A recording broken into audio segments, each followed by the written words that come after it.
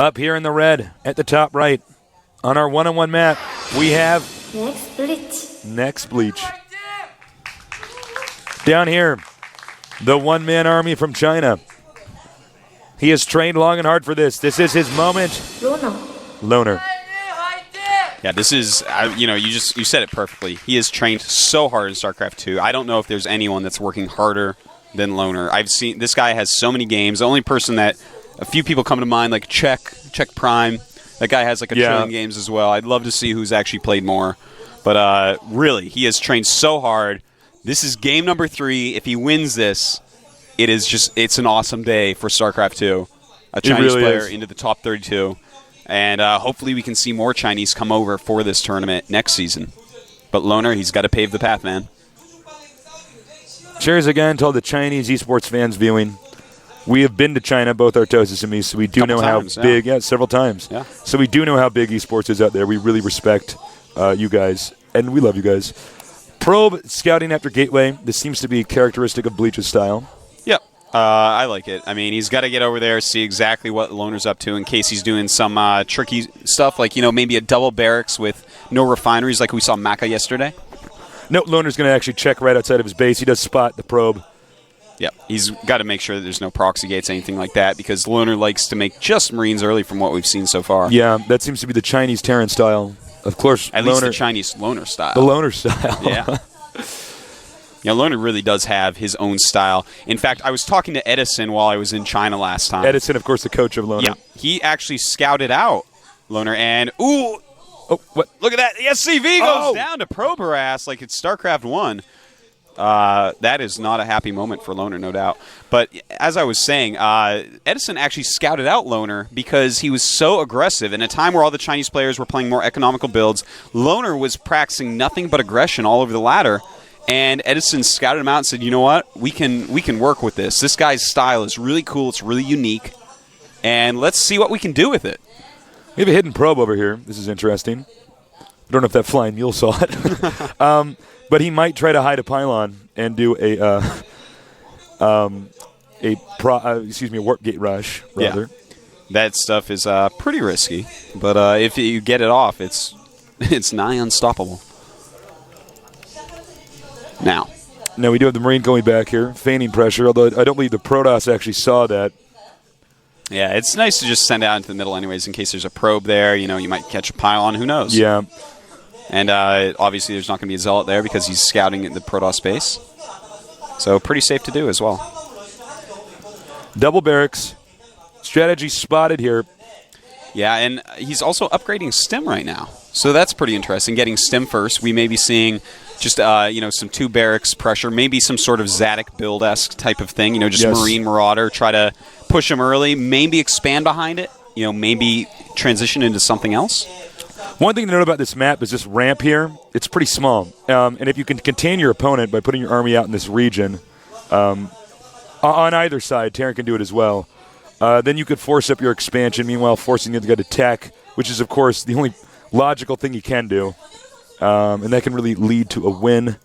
So we do see a lot of players not do any type of fast expanding stuff, at least in Terran versus Protoss. Instead, they focus heavily on cranking out a lot of units right away.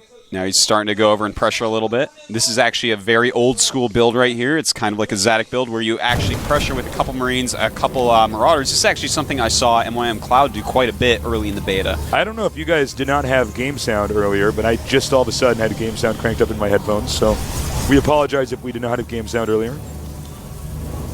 And in the meantime, a factory being made. So this is actually an interesting little push that we're going to see.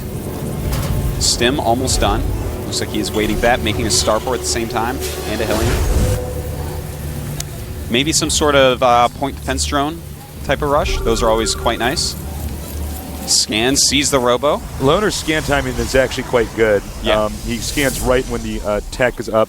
Now when you spot the robotics facility, I wouldn't say you breathe a sigh of relief, but at least you know what's coming. You know it's not going to be a Void Ray rush. You know it's not going to be a 4-gate timing attack. Yeah, absolutely. And with this Observer coming out, which I really like from Bleach, we haven't been seeing that too much recently. he's going to be able to scout out exactly what Loner's doing. And Loner with his very unique style. Oh, got to take down the Hellion. No, never mind. Those things are pretty fast. They are really fast. But, Loner has a very unique style. So to scout it with the Observer so early, it's really going to help him out. He's going to have a much better idea of what's going on. One thing the Korean players have definitely suffered against is they tend to only play against other Koreans, which means they are not used to playing against other play styles, so that can really throw them off. But to be fair, the amount of games that Loner has on this server, he has actually thousands. Yes, that's true. He's probably played Bleach before. That's actually probably very true. Yeah. This is pretty heavy one basing for the time being. Command Center making actually roughly at the same time the Nexus was started. It's interesting. He's doing the same build that we saw him do in Game 1, just adding a little bit of Marauderage in there. Marauderage? Marauderage. Marauderage. Yeah. New word here. Yeah. And getting just some Banshees as well. Banshee's actually a great unit to complement Marine Marauder. Interestingly enough, he's not going to... I don't know if he's going to swap the reactor with the starport, but we do see a lot of players actually go ahead and just pump out a ton of Vikings to overwhelm the Colossuses. Yeah, the Colossuses are so deadly against Terran, and really against any race. You have to have a big game plan to deal with them. And look at this. Nice. Oh, targeting the Sentry, and that Sentry has a lot of energy. This is actually a great kill for him, but I think he's going to lose this Banshee. A lot of Stalkers come down.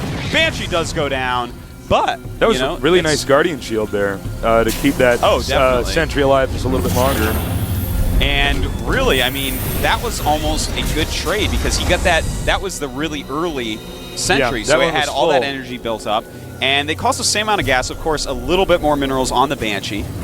But I kind of liked that trade a little bit, and he almost got away as well. So it's a good move. Interesting game so far. He will do the starport swap.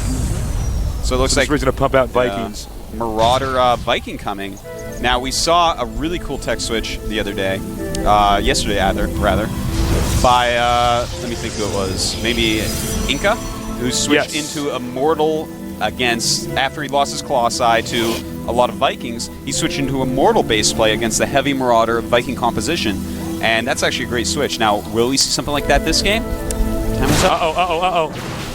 You know, one thing about Stalkers, they're actually faster than... oh, my God. What?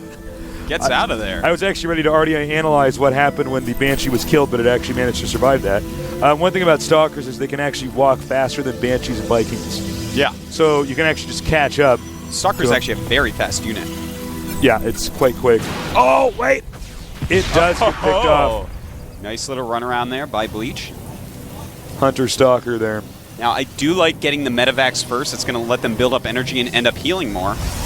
And he has to switch over to Vikings, though. So he's going to need to get a lot of those, getting a lot of Marauders at the moment, realizing, there are going to be so many Colossi out. Sells the bunker. Full price. Kept the receipt.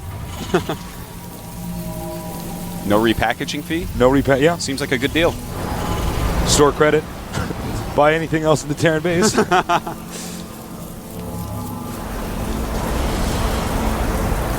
Now, he only has a couple Vikings here. I like the fact he's moving out. He doesn't want to be caught in his choke against the long-ranged Colossi. So it's smart of him to actually move out, be in the middle of the map where he can engage a lot better. Oh, nice. He's going to try to get this, but he's got to be very careful. Nice kiting there. Oh, I like this. He's trying to bait the Colossuses over here. The Vikings actually have insane range. But, of course, there's an observer here. So as you can see, the Protoss can actually see everything. Yeah. He knows exactly what's going on. This is really aggressive play here. I don't know if Loner should be doing this, though. Oh, whoa. Several nice Colossus shots put up there. Loner's going to have to back off. Yeah, he doesn't want to lose too much health. He's got to keep those Medivacs healing for the actual main battles. But in switching to Stargates, okay, he's probably going to go Phoenix to help against the Vikings. The thing is, this is very resource heavy. It's extremely hard to go both Colossi and Phoenixes at the same time. In fact, he may stop Colossus production to make this work out because he's got to keep ground units as well. You only actually need 4 or 5 Colossi against Marine Marauder, just as long as you keep them alive with something like the Phoenix. Protoss is moving out. No. Now, realistically, he should be just sitting there until his Phoenix are out. He's investing a ton of a ton of resources into this. If he does get that unit composition up, it's going to be very hard for Loner to do anything with those Vikings. This would not be a good time to poke with the Colossus. Colossus poke, of course, very strong. Poking and referring to just going towards their army, attacking, then walking away. That's right, just getting a little bit of damage in here and there, using up medevac energy. Continuing to make Colossus. He might have cut ground army production. When I say ground army, I'm not referring to the Colossus. I'm referring to Sentry, Stalker, Zealot. Yeah, gateway units. Gateway units, thank you. And he does have the 5 Colossus out, and he is in fact making a 6, so he's not going to make a whole lot of these ground units. He just wants to rely more on Colossi and, of course, the Phoenix. But there he goes, making even more gateway units. I don't know how he affords all this, but he does have a bunch of Phoenix out now. These are going to help immensely. Phoenixes are so fast. Yeah, and this is actually a scary unit composition. Loner is not going to like it when he sees this. This is actually like all the rage right now in PvT on the Korean server. It's all the rage? It's all the rage, man. If you can get the economy to actually get this to happen, it's such a scary army. Oh, he spots the Observer. That would be very helpful. He gets it. Oh, and it lives. The little Observer that could. Looks like Now, he's hiding the Phoenix still. If Loner could get this command center up, he's going to have an economy explosion. Yeah. Especially with his mules. Yeah. He might even want to stockpile mules and then drop them all at the gold. Yeah. He scans again. He sees the Phoenixes. Oh, hitting a few Phoenixes. And Phoenix going down. Very little damage done to the Vikings. Now, the thing is, the Phoenixes are good when you actually do the battle. But, of course, kiting can occur. Here we go. This is huge. And he wastes the Phoenixes. And here come the Vikings. So many of them just targeting, kiting back with all of his units at once. Nice play here by Loner. It looks like the Colossuses are actually, they're all still alive, but now there's not enough Stalkers to defend them. And one now making 2 go down. Still got 4 though, and not a lot of Marauders left as more Stalker Zealot are warped in, but more being rallied out. Here we go, pushing up the main ramp, but no, he's gonna back off. Both players decide that this is getting a little bit too scary. Now remember, Loner has the expansion. The Protoss player does not have this base, which he has been planning on getting. We know that because he destroyed the destructible rocks. Yeah, and if we take a quick look at the resource tab, we see that Loner is actually a little bit ahead in supply, and as his SCVs transfer over to the gold base, he is going to have so many minerals, he's going to be able to really pump out of every unit production structure that he has. Scouting Zealot here. If he spots this expansion, because we already know, oh no, he does actually already know about the expansion, as you can see here on the Vision tab. Successful. Now, we can see over here. A lot of Phoenixes popping out, a lot of Colossi popping out. You know, the thing is, normally you do this off of 3 base. His unit composition right now is a little bit scary. You need to have a really huge army for this composition to work out perfectly. And as we saw, of course, the kiting of Marauders and Vikings against the unmaxed Protoss army worked quite well for Loner. Finally, an expansion. When minerals get to 400. He needs to get this. No, he's not actually. Okay, he's actually going to commit to. I thought he was going to expand. He hasn't made it yet. He's actually committing to just making units. He's going to try to go for an all-in attack. Yeah, this I don't think this is good. The concave here actually does favor Loner. Yeah, Loner can spread out quite quickly over there. He's got a lot of Marauders right now. His supply is quite high. Coach Edison must be biting his nails right now. No doubt about that. Planetary Fortress, because Loner knows he's ahead. So he knows all he has to do is actually just keep this command center alive. He doesn't need to actually get another orbital. Planetary is actually amazingly good against Protoss. Well, in this position especially. Yeah. And here we go. He's going to want to engage at some point. Oh, he's getting the Phoenixes again. Here it is. The battle's begun. And the Colossi doing a ton of damage to the ground units. The Zealots charging in a little bit. But the Vikings, these are going to be the heroes of the day. There's not enough Stalkers left because of all the Marauders. There's and the Vikings are going to clean up here. He's warping in more Stalkers, but he is so far behind at this point. It looks like Loner is going to be able to take this game. Loner does it. A win for China here. GG! Loner moves on to the round of 32. Damn, he is good. Happy guy right there, Happy man. guy. Look at that smile. Wow. Wow. This is actually... That was awesome. This is awesome. The Chinese fans have to be so happy. Bleach, not happy with himself whatsoever. He was very all in trying to go for such an expensive unit composition. They always had less supply.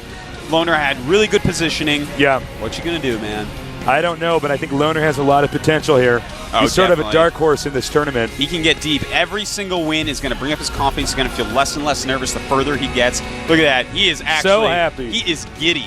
I actually feel so happy for him we're right gonna have to go. Oh, that's right. We're going to do an interview with him. What am I saying? Coach Edison will be, I believe, doing the he's going to translate for Coach me. Edison does speak some English. Very friendly guy. Loner, really, really impressive play. Far superior to Bleach. I mean, the one game Bleach actually won, it was like a 4-gate all-in. Yeah, I mean... I got a hiccup there, excuse me. Loner was really nervous in that game. He really calmed down, and he came out on top, man. Yeah. It was a great match. I'm really happy for Loner. I'm really happy for the Chinese fans. They've had 2 players come over here. One made it in, and he goes on to the round of 32. That's actually a huge deal. That's big. Yeah. So watch out for this guy at BlizzCon, man. We hope all the Chinese fans who've tuned in, please don't leave. We have lots of more awesome games here. You guys are welcome to sign up on gomtv.net. You guys are welcome. Yeah. It's our home. You're welcome in our home. So for all the Chinese fans who've tuned in, Shishia, we really appreciate you guys joining us. And congratulations to Loner. Clearly, the training has paid off. Round of 32 is going to be tough, though. Yeah, it gets harder and harder. Yeah. We're going to cut out. We're going to have an interview with Loner. Don't go anywhere. This is Tastes on Artosis. We'll be back in a minute.